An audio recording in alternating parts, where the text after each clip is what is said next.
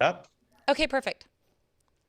All right. I want to welcome everybody to another episode of The Accidental Entrepreneur.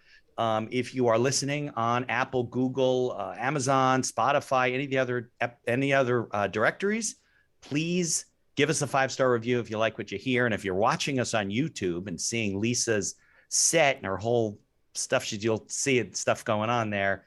Please be sure to subscribe. Hit the subscribe button. Like us um, on YouTube as well, so we can keep bringing good discussions, quality content, and hopefully information to the people that need it. So, Lisa Laporte, thanks for joining me from your professional set. I'm on my fake set in my office. Maybe during our discussion, your director can turn it around and we could show everybody the whole thing. But first, we're here to kind of tell your story, your backstory as an entrepreneur, and the things that you did in corporate, and then what you're doing now. Is that a good way to kind of approach it? Well, thank you for having me. Yes, I would love Thank you. to talk about our technology podcast network. It's so nice to say podcast because Yeah, people know what I they are love it. now. Right. We've Very been around common. that long. So, Yeah. yeah. Yeah, thank All you right. for Well, let's having start me. with your story first, though. Sure. Okay. Okay. Well, I think I've always been an entrepreneur. It started out as a child, and I was told when I was 10 if I wanted money, go out and get a job. So I had a babysitting job and a paper route. There you go. Started there. And then through high school, I just didn't say no to, jobs. If people were looking for, anybody to help them with something, I would always, jump in and, participate and help. But I originally started to pursue a career in business, and I took over my first office at 18. I did not have somebody paying for my college education, so I was Okay. working multiple jobs and Yeah. going to school, and took over as an assistant controller in my early 20s. And my original professional goal was to be a corporate controller to a small to medium sized business by 35. And Okay. that may sound unusual to some people, but I really liked accounting. I loved business. So I started working towards that, and I actually became that at 33. And Okay. after about 3 years of doing that role, I decided I don't want to work for somebody. I'm going to start my own business. I really enjoyed learning the business that I ended up taking over as the corporate controller at. Started out being 8 to 9 people. I started as an accounting manager. And by the Okay. time I left, I held 3 different titles at the company. We had over 300 entities under my purview. And I decided that if I'm going to do if I'm going to stay in this for another 10 or 15 years, then I Yeah. want to own my own business. Now, So what did I this company do, left. Lisa? What did that This company was do? actually commercial real estate. Okay. So we started off, when I started there was 8 or 9 of us, and we had 3 projects. And when I Uh-huh. left, it was over 300 people. We had hundreds of projects under management, all different types of entities. And I got to touch on various roles. So it was more than just an accounting manager. And in accounting, I was our interim CFO for 3 years, and then they hired somebody to be Okay. the CFO. And then I Okay. took over as the controller and just decided if I'm going to work this hard, I'm going to work for myself. Yeah, sure. It's a And lot to be said for that, right? I agree. I also realized I didn't have any experience, because the more I realized in life, I had a lot of knowledge, but then you have to apply that knowledge. So then I applied the knowledge and had experience. But by 33, 34, 35, I feel like I became an expert in accounting. Okay. So my philosophy around that was I really liked the accounting side of things, but I was also really good at solving problems. Uh-huh. And that's where I decided to take one client. I'm a corporate controller. I had a 2 year old, Okay. and I took one client on to see if I wanted to become an entrepreneur full time. And in 3 months, I quit my job and Okay. took And the what were you lead. going to do for them? All And finance and accounting for them? Well, I decided to put my services out there, that I would be a CFO services on the go. I could Okay. come in and do accounting work, I could do CFO work, and I very quickly found out I was doing more than that. I was more or less doing CFO and COO work, because when I had Right. It's always left, operations, right? It always overlaps.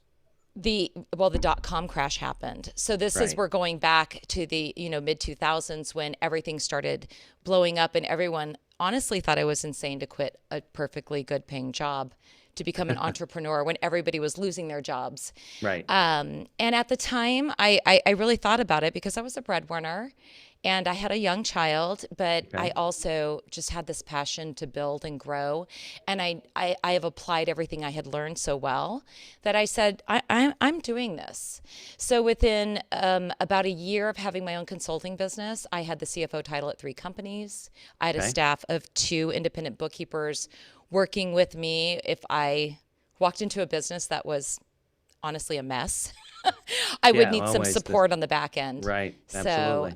Well, so that was yeah. kind of like you were like the pioneer in what's become the fractional CFO industry, where these people are, both operations and financial people to companies that can't afford to have somebody. I mean, most companies can't afford to have a full-time CFO, certainly not both positions, right? So it's not practical for them to just do it by hiring somebody, putting them on payroll, giving them benefits and all the costs that are associated when they could share you with, I don't know how many you take on, but 10, 15, 20 other companies, just a much better way to do things.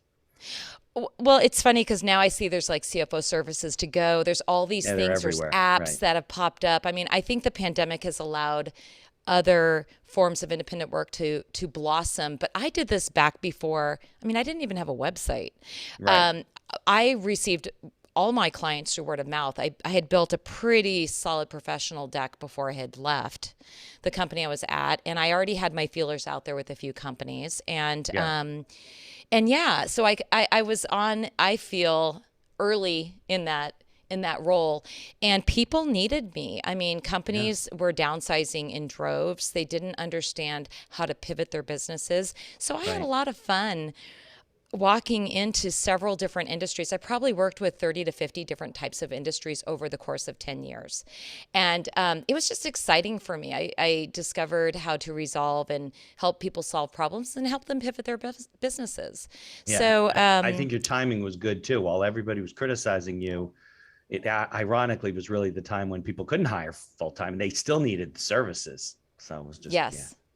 And I precipitous. just pretty much kept it a low profile because I had so many people telling me about losing their job and all this stuff. And I'm like, wow, I walked away from equity and 6 figures. And within, 2 years, I was billing out 3 times my former salary and doing super well. So Right. I found it to be very successful, but I also learned a lot in that process. And the one thing I always tell anyone, if you're going to become an entrepreneur, always be learning. If you're not winning, you're learning. You Yeah. have to constantly continue to stay on what's going on in the world. I read between 4 to 8 books a month. I listen to multiple podcasts. I have a pretty extensive network, and even where I'm at today, and I'm still an entrepreneur. I have another business besides where I'm at Twit. But the Hmm. reality is you always have to be learning and be paying attention, and never think you know everything. Oh, that's That's that's probably the my isn't best that like the advice. death knell of the entrepreneur, right? They think they know everything, or they're just not. I think the better ones know their shortcomings, and maybe even more so. There's probably more they can do, but they're like, no, I don't want to do that. I want to get an expert to do that. And those are the successful ones. I think one of the biggest problems that business owners have, I don't know if it's been your experience, is that they either don't want to learn the financial side of it, don't think they have the skills to do it, and then they just kind of hide from it, as opposed to hiring somebody to Yes. really understand their numbers, because that's really where the rubber meets the road. I did learn. I mean, that is my background. So Yeah. I would consider myself an expert in accounting first, Hmm. and then probably not an expert in everything else, but very resourceful. And I agree with that. Part of my success when I first broke away and walked into businesses is founders don't know where their money's at, and it's actually appalling to me to see that. I saw so Yeah. much fraud, payroll specialists paying themselves through payroll. Some of what I did was forensic accounting, simply from the standpoint that founders weren't paying attention to their books and they didn't know where their Trusted too money many was people. going. And so there was Yeah. some fraud in some of the places I stepped into. And I think it's showing now there was a lack of respect for accountants in the United States for a very long time. Okay. They're treated as the redheaded stepchild, like a necessary part of their business instead of actually the part of your business that should be straight in a line, honestly, with sales. Yeah. Sales and accounting should be treated on the same level. Frankly, everybody in a business is important, but accounting really is something that people kind of go, and they really shouldn't. That's really how you're No. going to know if you're successful or not in business, is Right. how is everything working, and can you afford everything, and are you Yeah. billing out your services or product at the correct level? And so that's really served me, that being a foundation of where I came from.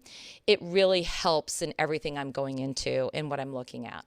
Yeah. I think that, you don't have to be an accounting expert like you, right? We can hire you to work for our business, but you have to know what you're looking at. And that's where all this fraud comes on, right? You don't know what a P&L looks like, or a balance sheet, or what the items on those statements look like, and what you should, the questions that should or shouldn't make sense to you. And I think a lot of people, they can learn the basics without becoming an expert. But I think that, if you look at a business, that's like one of the four core areas of the business is the finances, right? But you could do everything else right. And if your money's a mess and you don't know where you're going, you might be losing money in everything that you're doing, and you have no clue. And I just constantly, like you said, find it as a missing link or a hole in the business that people are, I mean, they're probably being on a daily basis told, know your numbers, know your numbers, no, and they still don't do it. And it leads to failure. It's a learning experience, as you called them. And I think that that's true. Better than looking at it as a failure, but they are failures because they didn't take the time to mitigate those potentialities or something. I don't know. It's You should frustrating. know enough to be dangerous. I agree. And if you Yeah. don't pull in your CPA, make sure you have some basic checks and balances. The person who's paying your bills, touching your cash deposits coming in, should not be looking at your bank statements. I think the number one thing Yeah. I told most business owners when I would walk in and see that they only had one person, they really didn't know what they were doing. I said, at a minimum, you should at least review your bank statements every month, look at the checks that cleared, Yeah. not just like look at a bank statement without signed checks if you have them. And if you use services like bill.com or other bill paying option services, which almost everyone has switched to because of the pandemic, Right. it's really easy to log in there and just see all the checks that have gone out and all the payments coming in.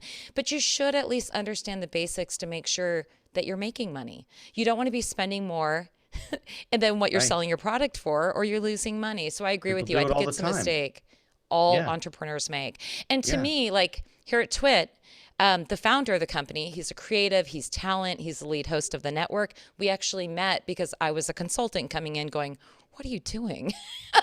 And so that's how we originally met. And I had to help, set up and align things here. So I agree with you. And it's very astute that you, you see that, because it's the one thing I tell any entrepreneur. If they're Yeah. like, oh, accounting, and they run from it, you have to know your P&L, your balance sheet. You also have to know your numbers of what makes sense. Because how are you going to help somebody else with what you have if you don't know what you're doing?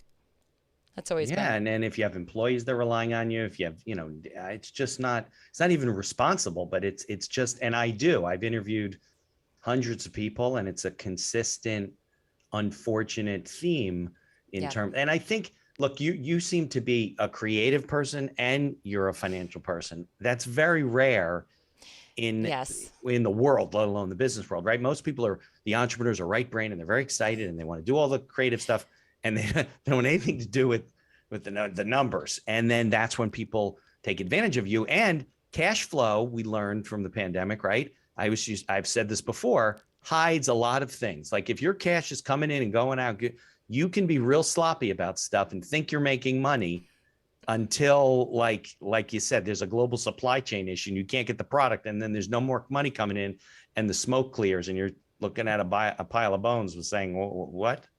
Why didn't anybody tell me this was going on, right? Yeah, I had to learn when I pivoted out of accounting and started to really help businesses. Everyone's like, well, where did you come from? Like, you know how sales works, you know how to create new products, you know how to move beyond, Right. but you know the accounting cold. So, Yeah. so yes, I have to remind people here, I have to remind my continuity here. My continuity team is always saying, well, how come other salespeople, they don't get what you're doing? And I'm like, please be nice to my other sales team. They're not accountants. No, not So at all. And you were interested in it, and you took you a long time to become the expert that you are. Most people, it's just like the accounting course they didn't want to take in high school and college, right?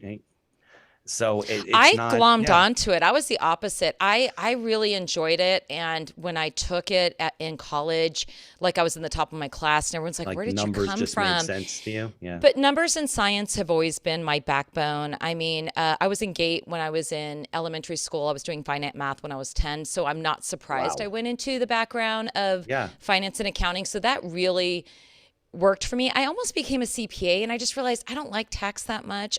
The tax laws changed. I have to get, I meet with my accountant every year and I'm like, oh my gosh, what are they doing to us this year?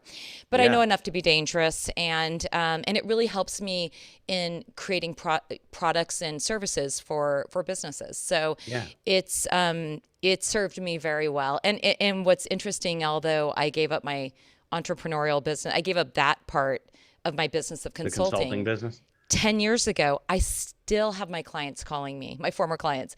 Hey, can I bounce an idea off you? Can I Right. run Of something course. past you? And they're Right. so cute. They're always trying to pay me. And I'm like, no, pay it forward. Help somebody out sometime. But I I'm still a serial entrepreneur and I'm always interested in that aspect of consulting. So Hmm. I still help former clients out for free from time to time. And I probably always will. So it's just Yeah. fun That's to the, see what's going on in that particular industry now that I've been in media for yeah. 14 years. So, Okay. So let's talk about that. So what happened where you kind of stopped doing the CFO, COO consulting and kind of got into, you get a job on well, a soap opera? I mean, what happened with well, what exactly happened along the way? Is was a transition. I started my entrepreneurial business Okay. with two expectations. One, I was either going to grow it to a point where I had like 100 people working for me, Right. or I would run into the next business and fall in love with it. And I ended up falling in love with new media. I mean, I found twit.tv from one of my CPAs I worked with. Okay. And when I walked in, I actually showed up. You get a 1 hour consultation with me. And that's something I should tell all entrepreneurs. Set your, have a one sheet of what your services are and what you're willing to Yeah. do for free. I give Right. everybody a 1 hour consultation. That's all. So I Yep. showed up for our 1 hour consultation, and the founder, my business partner, blew me off, But for lack of a better word. who's giving who the consult? Are you the consultant giving him I the was time? Are consulting you to him. I okay? had come Okay. into their business. They had like 4 or Okay. 5 people, Referred to them and or something through I another. was referred to them, and his Okay. producer scheduled the appointment, and I felt really bad because his producer was sweating. I'm like, and I'm type A. I'm like, okay, our appointment was at Yeah. 1. It's Look, I 1:15. only What's do a going half an on? hour, so you're very generous.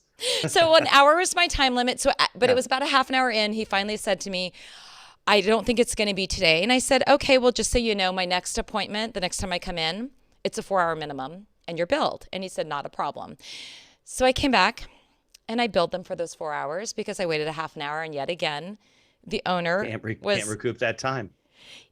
he wasn't gonna be available. And I said, no problem. I will bill you the 4 hours then. And we scheduled again. Wait, So the third, you went for the 4 hour session. He now isn't yes, available again. He's paying your bill, which is very yes. respectful, right? And then you Oh, he has to reschedule. if he wants me to come back. Of course, you're not coming back, but he could say, "Oh, I'm not paying," and then what are you going to do, right? So, okay, Oh, I wouldn't come back then because I was right, of pretty course, busy. Yeah. right. So, but I was kind of intrigued because I'm like, okay, Yeah, who you're like, pays who is this somebody? guy?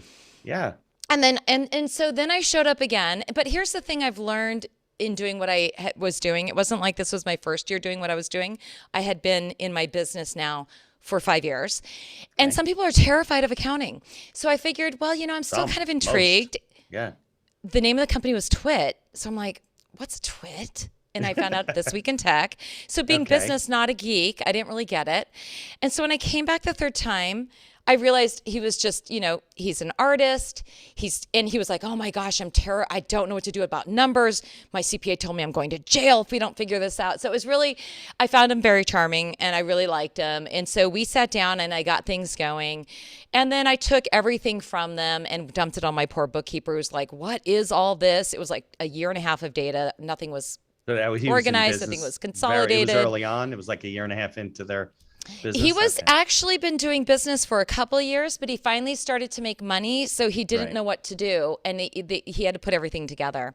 So we caught them up, got him like a year and a half up, and I just was really intrigued. What is, oh, a podcast? And started learning more about it Yeah. and started consulting more and more. And then finally, the founder said, hey, I want to take this to the next level. And I said, I'm really interested in this business. And this was He like goes, what, like 14 years ago, you said? yes, this was Yeah. So the 14 only way to years listen to ago. podcasts was either on an iPod or those crazy little Yes. extra devices you would buy that were like third party. You didn't get it on Yeah. your phone. Yeah. Yeah. So it was hard to Yeah. reach people even, right? So that is why our network is based around technology. So frankly, the people really interested in podcasts, they were our audience. They knew how to Right. get our shows downloaded. They knew what an The iPod was. early adopters, They the knew people that how knew the they knew what an business. Yeah. RSS feed was. They understood Yeah. how that all worked. So here I came in and I'm just like, this is interesting. And so he wanted to grow. And after working there for about a year, I said, he wanted me to hire somebody to be a business manager. And I said, you don't need to hire somebody. I'll do it. I'll do it for 20 hours a week. Okay. So I straddled both my business and this company for 2.5 years before I bit the bullet and came on full time. Because I was you just said like, this is ridiculous, or you really loved it, or I loved it. And okay. I was then partnered with somebody who was really creative that really was Mhm. just going to let me go. And that's another reason why I left the corporate world. When we got to Yeah. 200 to 300 people, they wanted to shove me in a box to do one thing. And I'm like, That's what let me out happens of the when corporations box. get big. Yeah, if you're an entrepreneur, and It you're free doesn't fit forming, me. you got free ideas. Yeah, absolutely. Yeah. Yeah. Yeah. So I joined and we started to grow and we added video. We were probably one of the first podcast networks to add video. Was YouTube wasn't there even wasn't around yet. YouTube? Yeah, it wasn't. Right, of course. So where So did I got to tell you something. I was yeah, early in the podcasting days, right? But I wasn't an good. iPhone or an Apple person. No. I have to admit this. I couldn't figure out I would get this device and it wasn't an iPod. And I couldn't figure out like how to get the content.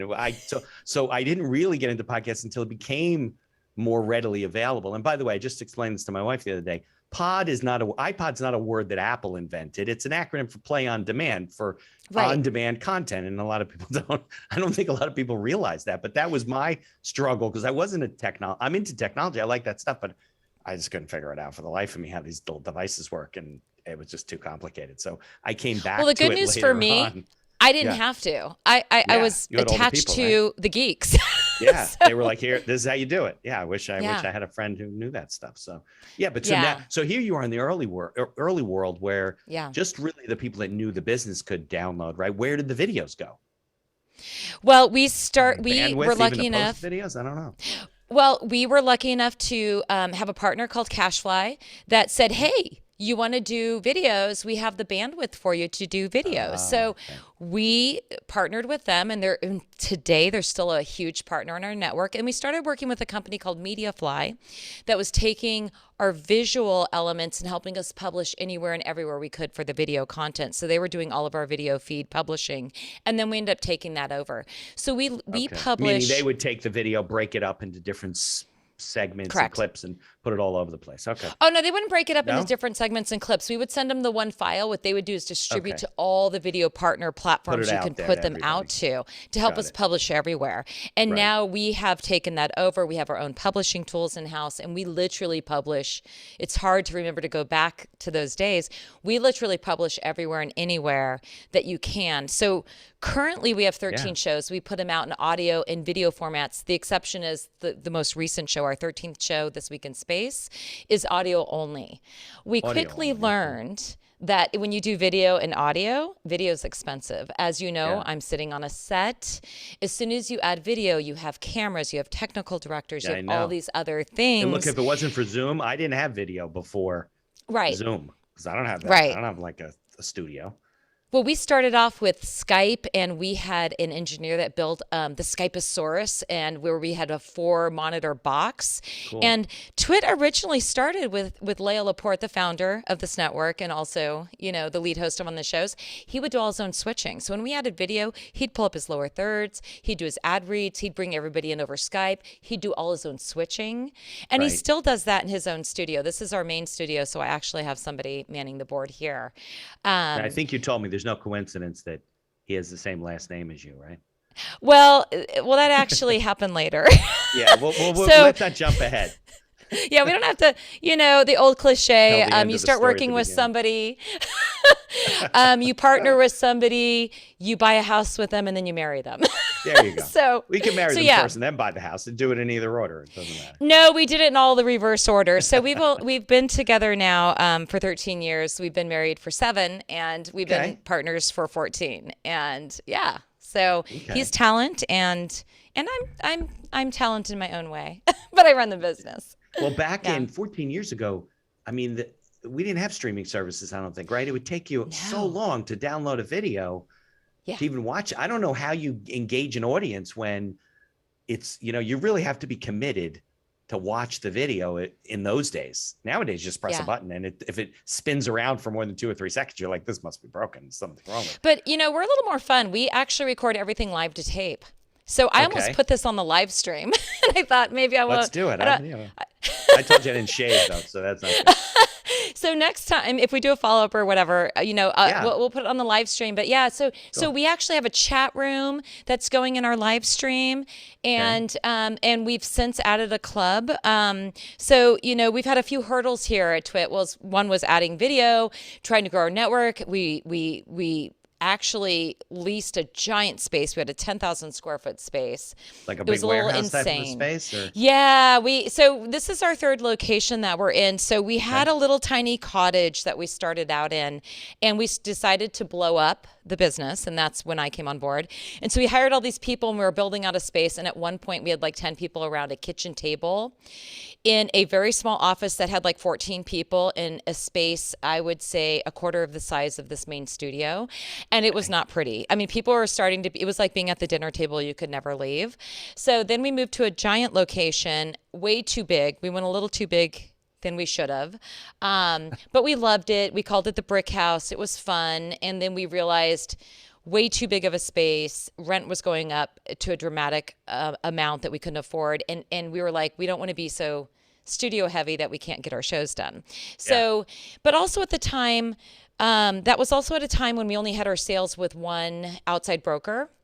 And that was a mistake. So another thing I want to tell entrepreneurs. sales advertising, you mean that type of sales? Correct. Because we were an ad-supported network, and we only had one sales funnel. We had one agency doing all of our work.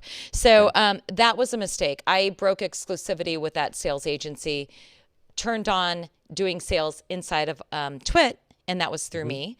And I'm not a salesperson. So I'm like, okay, here we go. I'm going to break our, exclusivity and open up sales to be doing them in-house, and also add more brokers and agencies to work with. So the one lesson I learned with doing that, and I'm telling everyone, if people come to me for entrepreneurial advice, I say, do not only have one sales funnel. Have as many sales channels as you can. Don't have an exclusive contract with one person. I mean, Spotify's buying a bunch of people and you have to be exclusive to Spotify. That's different. But if you're just coming out and you're doing sales, I highly recommend that you have as many funnels as you can get. So that definitely helped Twit. Once we opened up sales out to different agencies, different brokers, we've built our own book of business that really took us to the next level. But we still discovered our space was a little too expensive, so we downsized, and we're now in the right size space. And it's not breaking the bank anymore, which is good because, we just survived a pandemic. Well, what does a small network that's internet only, right?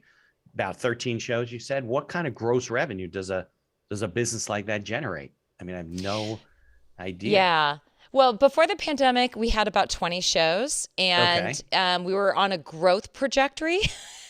And then the pandemic hit, and we're not, we don't have equity. We don't have private equity. So we're in the black. So whatever we make is what we spend. So we downsized a little in the pandemic, but I would say because advertisers disappeared, right? Yeah, that was kind of part of it. So we were on this growth to go up. We had about 20 shows, and we had just launched about 6 shows in 2019. And then in 2020, when the pandemic hit, I literally lost 60% of my advertisers in 2 weeks. Yeah, there you go. And it was brutal. So we did a couple scale back on some shows. We modified a few things. So before the pandemic hit, we were about a little over 10 million in sales. And when the pandemic hit, we dropped down. lucky for us, we actually had a naming rights sponsor in 2020. Without it, I'm not sure if we might have made a few more adjustments, but that definitely helped us. And so we're bouncing back. 2022, we're finally coming back. We're at 13 shows again. I would anticipate gross revenues this year to be about 8 to 9 million. Oh, okay. We're still doing well. Getting back up We're there. Well, and we're different than most podcast networks. We're premium. We're not like Spotify, iHeart, and Amazon. You're welcome to go to those places. They all do dynamic ad insertion. You go to NPR, that's what they do as well.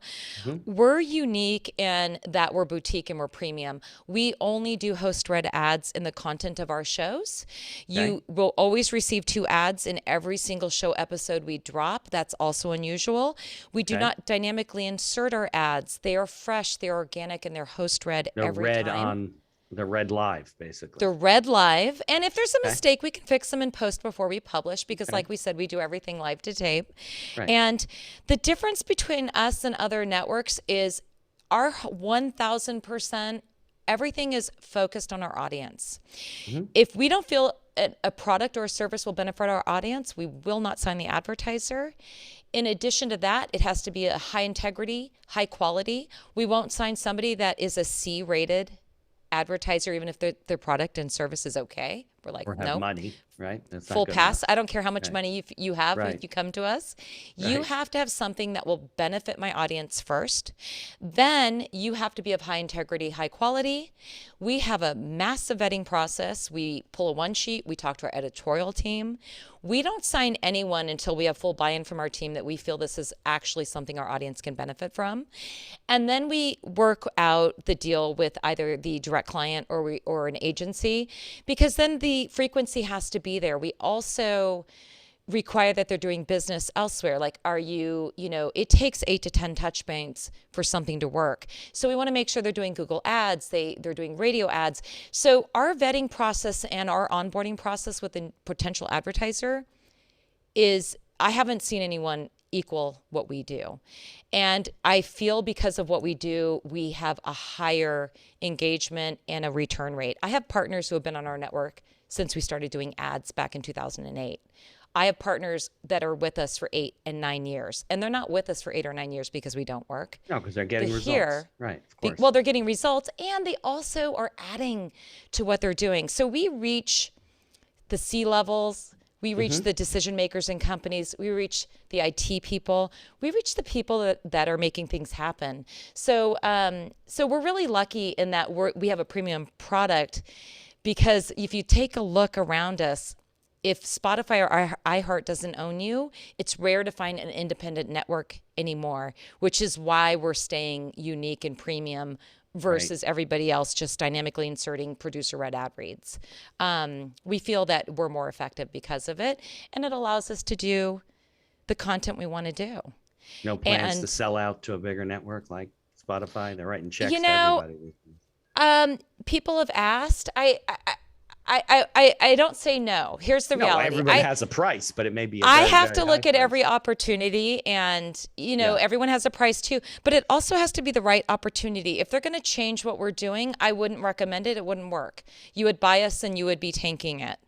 So I don't know. Yeah, my goal is, if we did partner with someone, it would have to be worthwhile. Right. But it's really not our first task. Everyone I've seen that was bought by Spotify and Amazon, they pivoted so much away from what they've done. I mean, I guess if it works for them, that's great. But for us, we want to really super serve our audience. So unless we can find a partner that would allow us to do what we're doing, I don't know if we could do that. Because when the pandemic hit, we also, having lost all of our advertisers, it made me realize we're one-dimensional. So I said, we need to change what we're doing. So we've added a club. So if you want to get all of our content ad-free for $7 a month, you can join our club. And we also have AMAs. We have one-offs. We have things only for the club. We're going to test all new shows in the club, and that's not something we're going to put out to the public until the show's ready to go to the public. So the nice thing about the club is we took nothing away from our ad-supported business. Everything that is, if you want to download us for free, please do. If you want to join the club, please join it. And we also have a fun Discord channel for. So is Club a separate app? Is that Yes. Well, it's not really a separate app. It's with Memberful. So we have a Discord channel attached to it, uh-huh. and you basically can download all of our shows on iTunes or Pocket Cast or your favorite Yeah. podcatcher ad free. So we also have that. We have two versions of our shows being published. One's ad free, and one is the ad supported. So one goes out to the public, and one goes out to the club members. Okay, so we're jumping around a little bit, but from a business standpoint, because you're a business person, and I like to talk about this stuff because I think Yeah. it helps people. I obviously get a lot of questions about podcasting, right? I get asked to talk I'm like, I'm not an expert. They're like, well, you're doing it, so come talk. And I started the podcast really for my practice as a business attorney to produce content. Like I don't like to write. I mean, I do write, but I do a lot of writing for customers. I don't want to, so I do some blogging, whatever, but I like talking and I like interviewing Yeah. people and I find them interesting. So when I started out, I had no budget, obviously, and I still have a limited budget. I do most of it myself. You could tell by, the quality of my There's nothing wrong with that. That's how everybody starts. Yeah, but I'm curious as to like what from a cost standpoint, like what are the costs that go into making a show, that the advertising is offsetting, besides like general rent for your studio, obviously, but.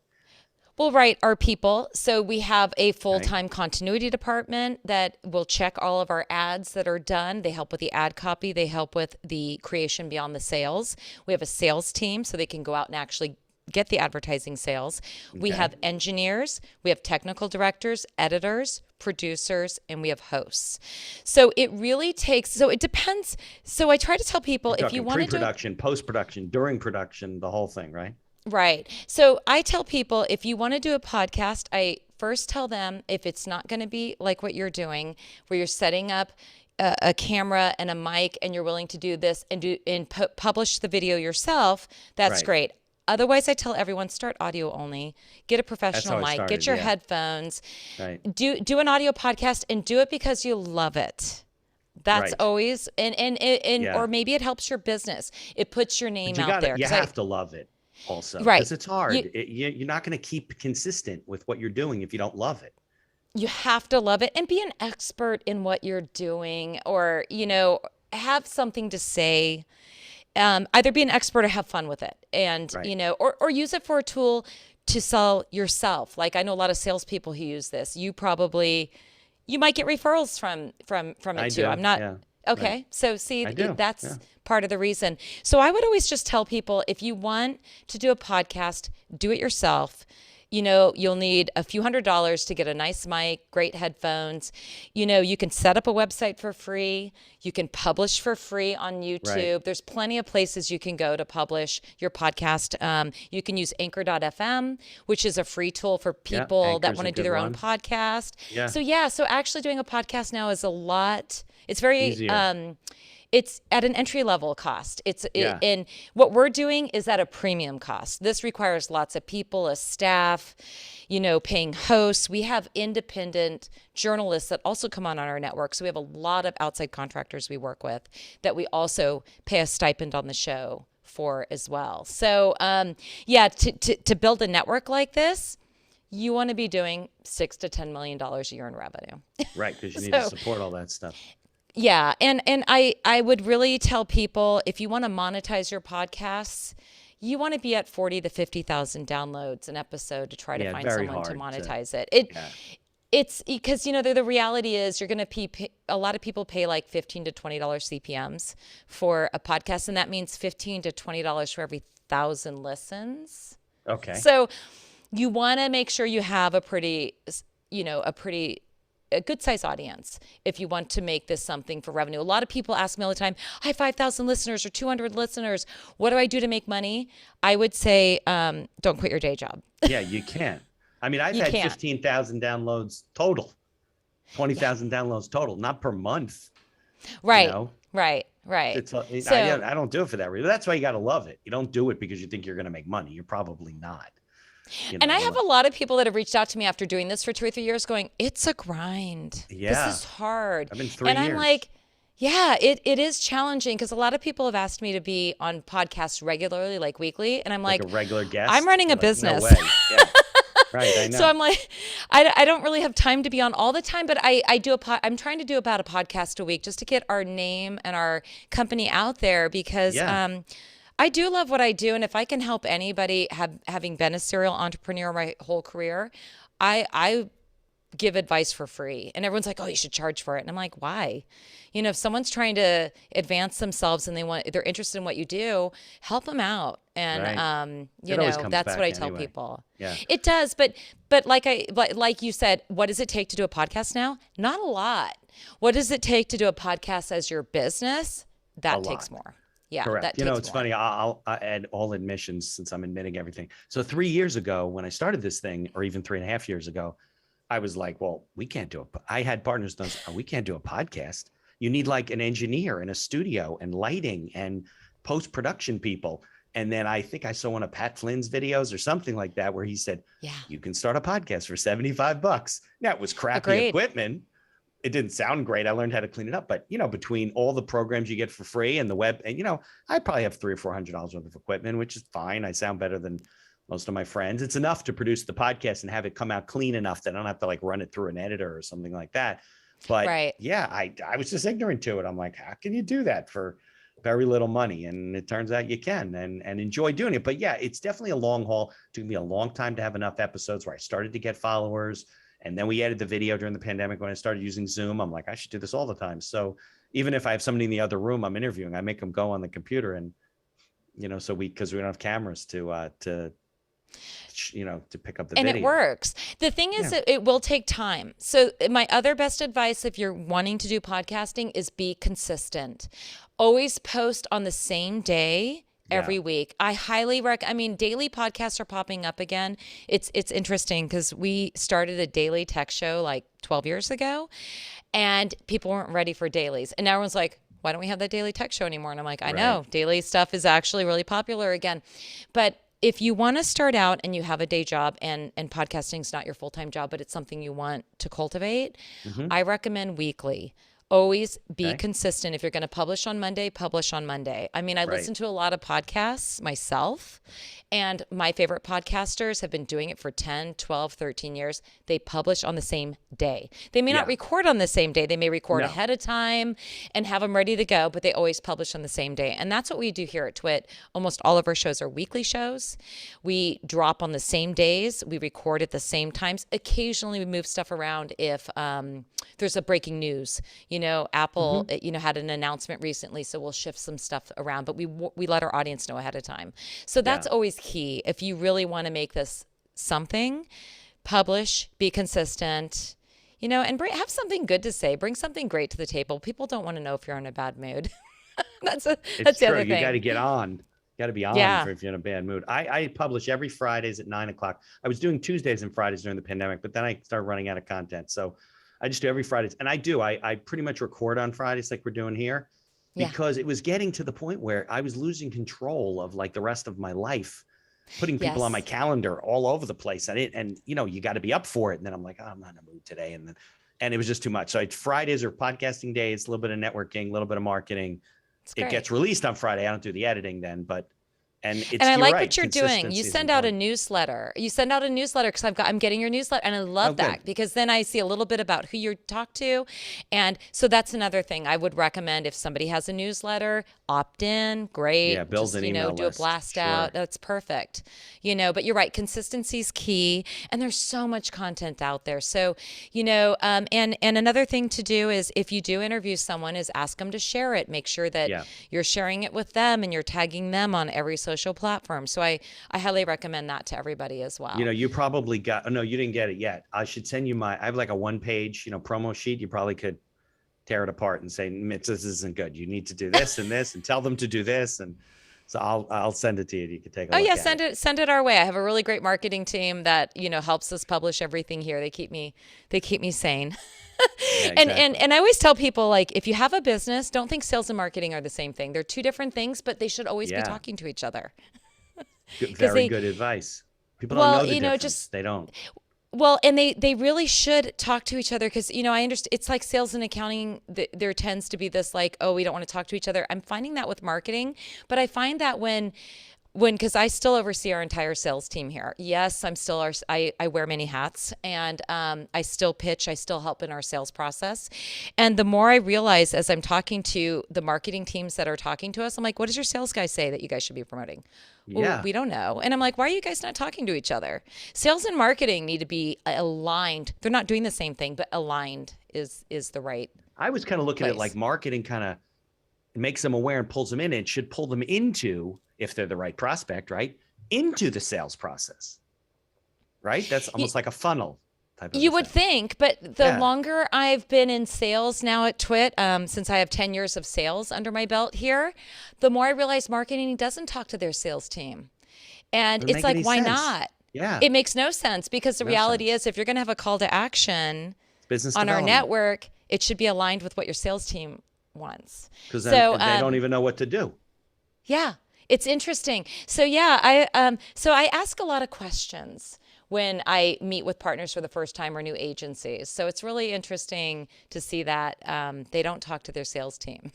I just find that unusual, you know. Yeah, because to But you, it's logical. yeah, Why well, wouldn't that's because marketing, that's there to develop business and brand recognition, all that stuff, be connected to sales and work hand in hand? Because then you don't get the result you need. Without the sales, business is dead. So I don't know. why are you not a COO or a CEO? I am of You my own have world. Yes, well, you could tell because people like you get it. And I just, Yeah. I think that that's that part where expertise comes in. You have to have the knowledge, you have to have the experience, and then you have to you have to then you have an expertise. Right. And just and never stop learning. And like the 25-year-old on my team may know more than me on something. And I always listen to everybody on my team. That's the other advice I give everyone. Yeah. Don't ever think you know everything, and the 20-year-old on your team might actually have the best idea at the table. So don't, you Right. know, as you get Be older, a little don't think that humble, right? Yeah. don't think that the 20-year-old that knows more, they'll know more about tech than you do. Right. So, Look, yeah, unless you're like an insecure person, I find that to be the fun part of what we do, always learning and yeah, always hearing things. I mean, I love when I listen to something or read something, I'm like, I never realized that that's what that is. And look, it's funny you say you should be a CFO or a CEO. It's just because I interview and talk to a lot of people.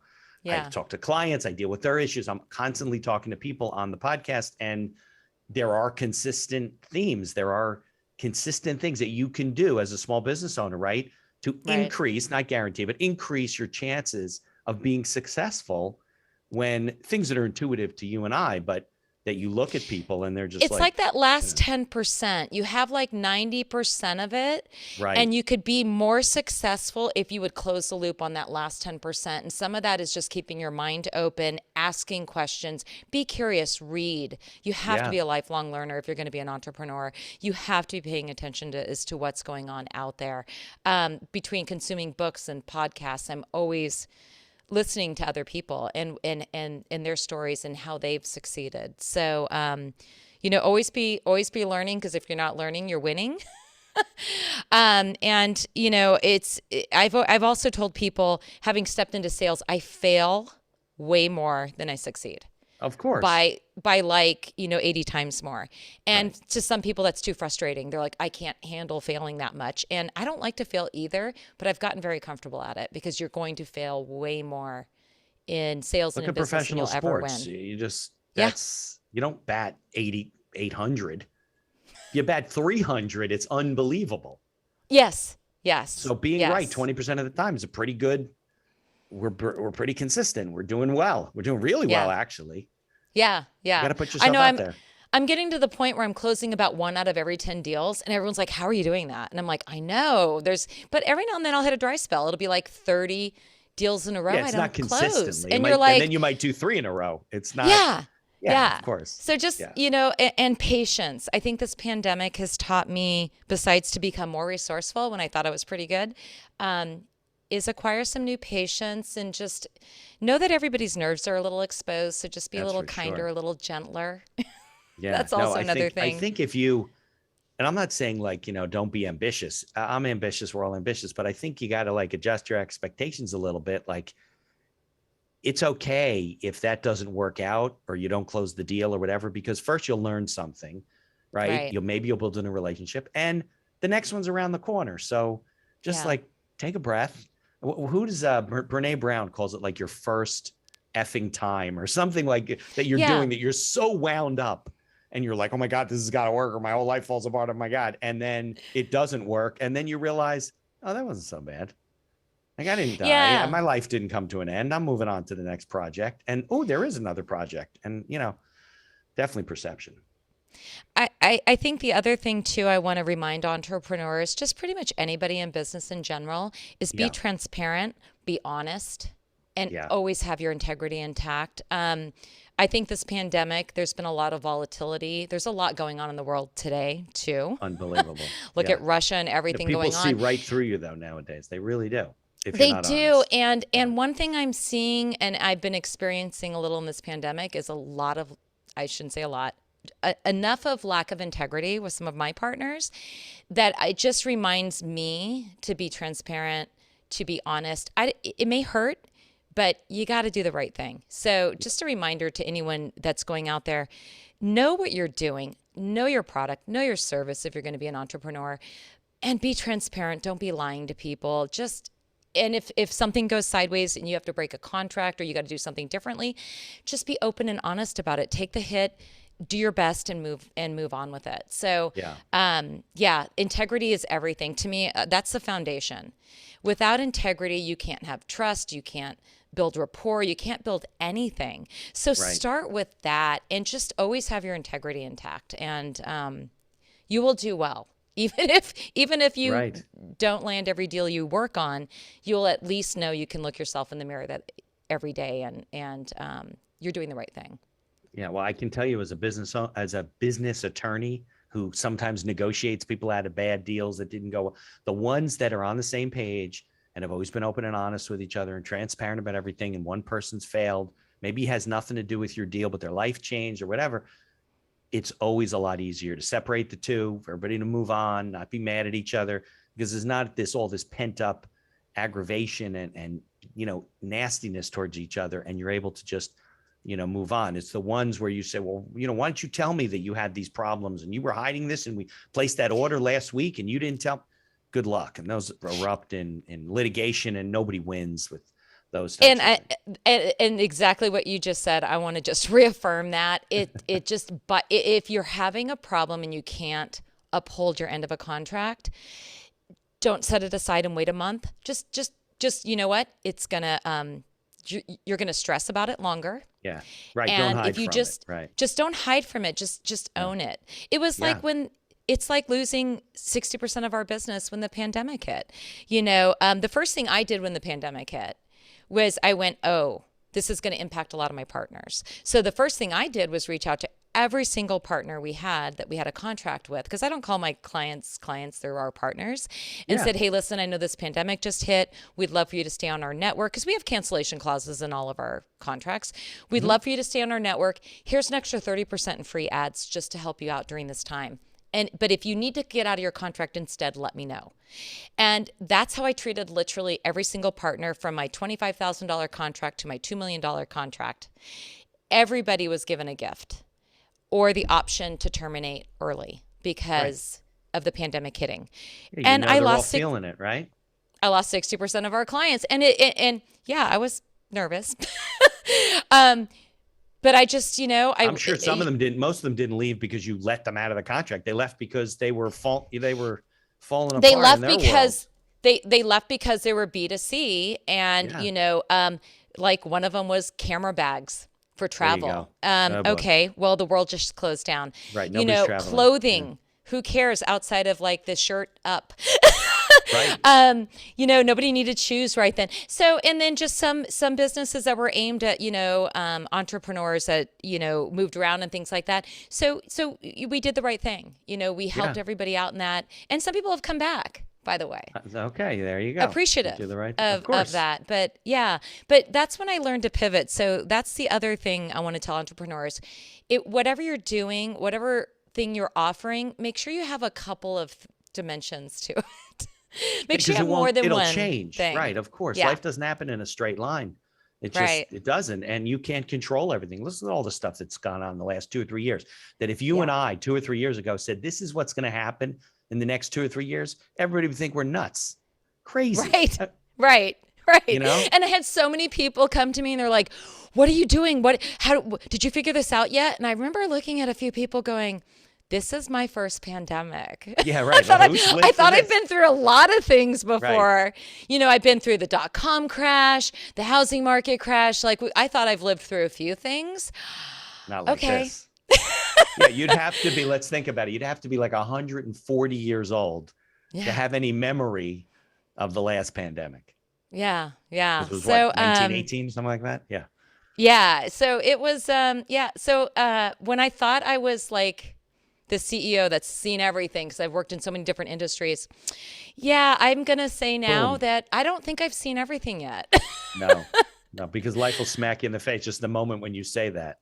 Yeah. And that's the R. Now you have, if I remember from your bio, you have another business. Don't you have an agency? I forget the name of it. Yeah, I do. So I have artisanal agency. Okay. It's my own sales agency that I established in 2015. So it oversaw all the sales here at Twit, because I started doing that in Twit. And I did tell my business partner, now my husband, I said, you get me for 5 years and then I have to have my own thing, because I have to have my own thing. I'm just a serial entrepreneur now.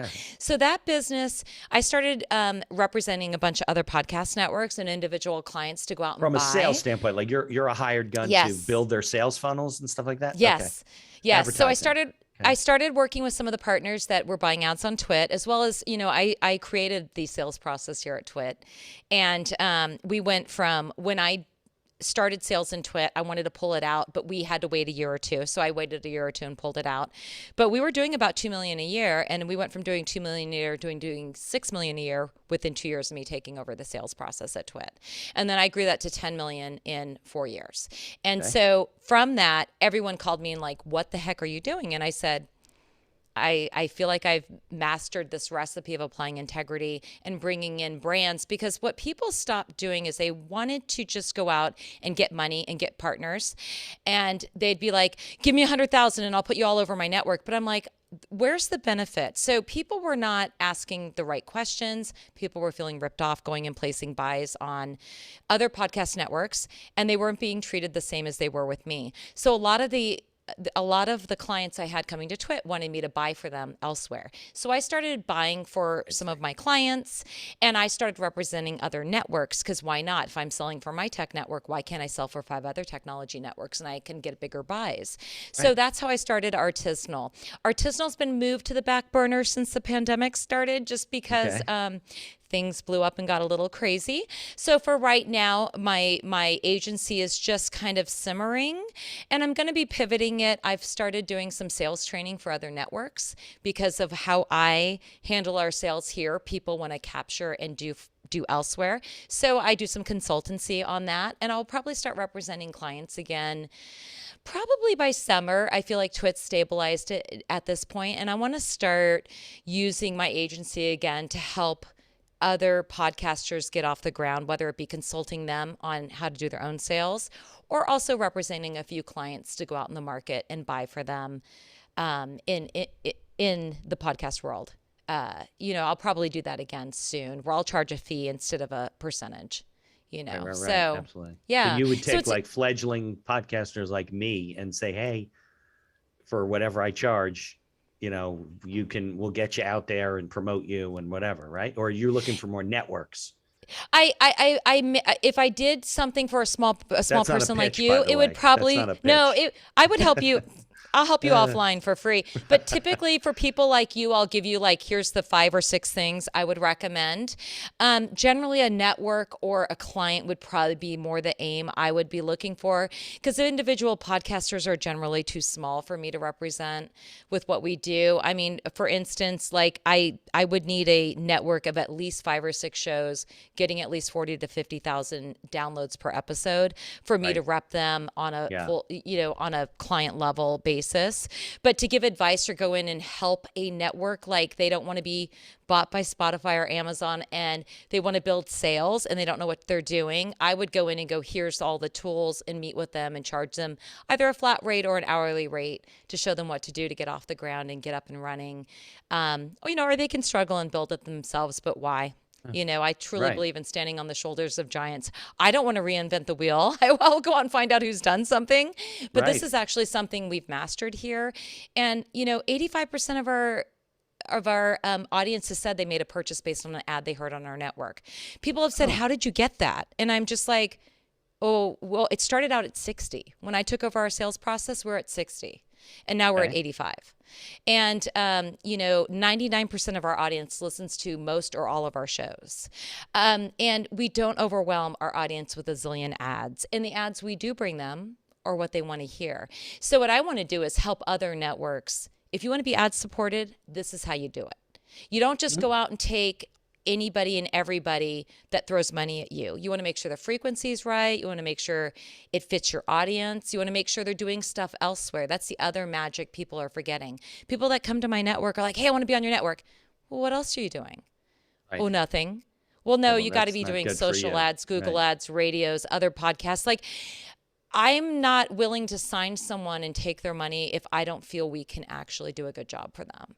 So that's where I'm probably different. I say no more than I say yes, and because Okay. I want it to be successful for everyone. So that's how Yeah. So that I means you can't take money from everyone because you can't right, help them all be successful. right, right. How many independent networks are there out there these days? Oh gosh, there's lots. Are there? There's probably not as many networks independent anymore. It seems like if anybody becomes decent, they're bought by Spotify, Amazon. Right. But Yeah. there's still a handful. NPR. Well, it's National Public Right. Of Radio. There's course. WNYC. There's us. So there's a handful of people, but I honestly don't know the head count anymore because I feel like every time I turn around, someone's being bought. Um, so I like being independent. I mean, we have over 40 million downloads a year. We super serve a very niche audience, and it's a highly qualified audience that people want to reach. So, but I love our club too. That came out of How the long have you been doing pandemic. that now? The club. We've been doing our club. It'll be 1 year next month. And, we have 4,500 members and it's Okay. continuing to grow and it's fun, and I have surprises for them coming up. I have another show we're going to launch that might just be staying in the club. We have one club exclusive show. It's called the Untitled Linux Show. And that's staying in there for now. And it's just Linux as in the fun. operating system? Yeah. Linux. Yeah. Right. Yeah, yeah. Yeah. So we're having fun with it, and we also now offer our podcasts. If you want to buy one of our podcasts, instead of joining our club, you can buy a podcast on Apple instead if you want it ad free versus with ads. So we're Hmm. starting to look around and we're doing a few more things. And I'm hoping with the pandemic lifting, we can do some events again. And we used to have a few more offerings before the pandemic hit, but now we have some new ones and maybe Right. we can bring those back. Yeah. Well, I try and tell business owners don't have one revenue model. Don't have you got to build other revenue streams, even if it's your core business, that's fine, but you still got to build other revenue streams because things change and there's other ways to reach people. And, people don't think about that. Unfortunately, Yeah. they just Well, I don't. thought about it really hard 2 years ago when the Right. pandemic Sure. hit. And now I'm actually paying more attention to that and what else should we be doing? What else could we have? What shows can we launch? So, I would say we're a little bit in turtle mode for 2 years during the pandemic, but also launching the club. And this is the first year we've launched, our first show, This Week in Space. And we're looking to launch a couple more shows this year and get back to that. But I'm constantly looking at what else we should be doing instead of just sticking to what we're doing. Yeah. Well, I got to say, I usually finish this by saying, like, what's one of the two pieces of advice you have for entrepreneurs? But this episode has been full of advice about entrepreneurship and what people should do and how they should look into it, even not just the podcasting industry, but entrepreneurship in general. So I can't thank you enough for, spending an hour with me on a Friday. Where you're out west, you said, in Yeah, California? we're in So it's Petaluma, like California. So we're in Sonoma 10:30. County. Yeah, yeah. Yeah. Okay. So your day's just getting started, right? Out here, it's middle of the day. It's freezing, although it's going to be colder on Monday. So it is what it is. But I thank you for spending some time with me, and let's please stay in touch. I want to stay in touch with the network and see what you guys are doing and learn and learn and learn. Oh, it was fantastic. Thank you for having me on. And if anyone's like, if they want, I have a blog too. So lisalaporte.ceo is my Okay. We'll CEO put that all blog. in the show notes too. Yeah, and so if people are curious, take a look at what we do. I have an advertise page, twit.tv/advertise. If you want to see who our advertisers are, we actually have testimonials. We have sample ad reads of what we do. So if anyone's curious and they think they want to be on our tech network, reach out to me. I'll be happy to help you out. And if I don't feel we have what you need, I'll point you in the right direction. Lisa, thanks so much. Thank you.